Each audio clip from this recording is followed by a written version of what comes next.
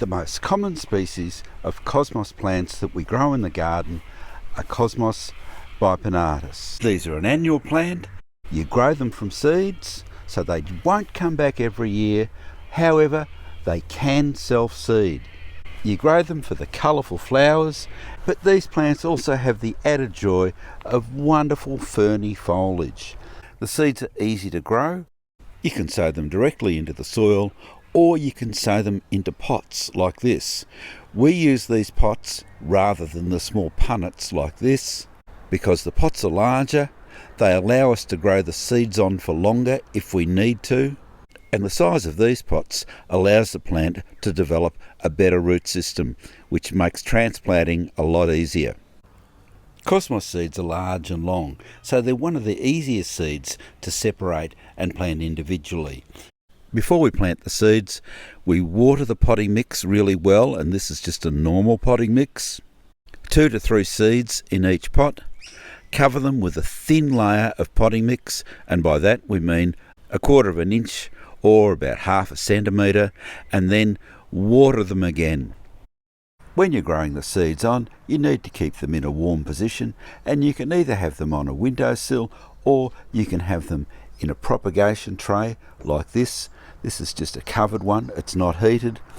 In a really cold climate, you could use a heated propagation tray if you needed. Why start the seeds off indoors? 1, you can start them off earlier. 2, it protects them from snails and slugs when the seedlings are really small. Planting directly into the garden, we simply sprinkle the seeds over the surface of the soil, trying to space them out as evenly as we can. Then we'll water them in, and that's it. But when you're watering them in, try and use a watering wand like this. It provides a really soft flow of water, and therefore it doesn't wash the seeds away. It just washes them down into the soil a little bit. So here are the Cosmos seeds, and this is about 10 days after we planted them, and you can see they're all starting to germinate. If you've sown them directly into the garden, don't overwater them, but do keep them moist. So here are the seedlings in the garden, and they're starting to grow well. At this stage, here's a bit of a trick to get more flowers.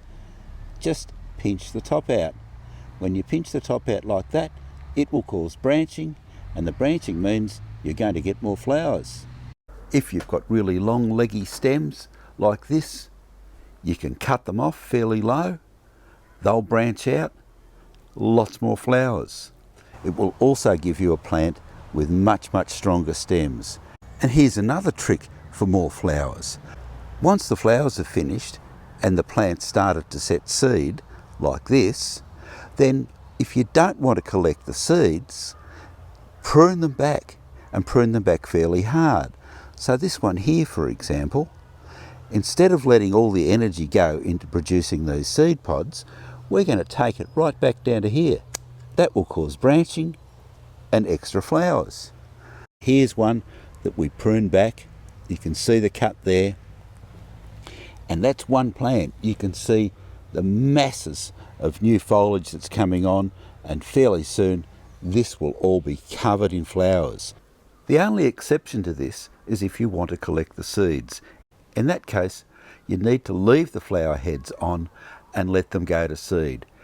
And then when they do go to seed, they'll look like this. And at this stage, you can just reach in, take the seeds off the plant, make sure they're nice and dry, store them away in a paper bag, and leave them to next year. Of course, if you want to, you can leave them on the plants and let them fall to the ground, and with a bit of luck, they'll self-seed, and you'll have Cosmos coming back anyway.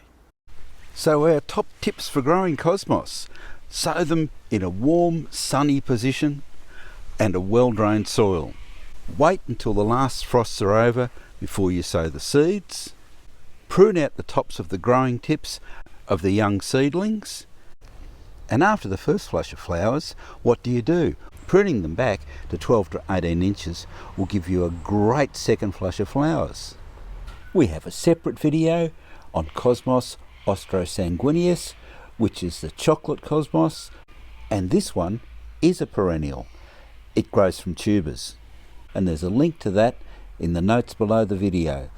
Subscribe to the YouTube channel for regular updates on a whole range of garden plants, and as always, good luck with your gardening.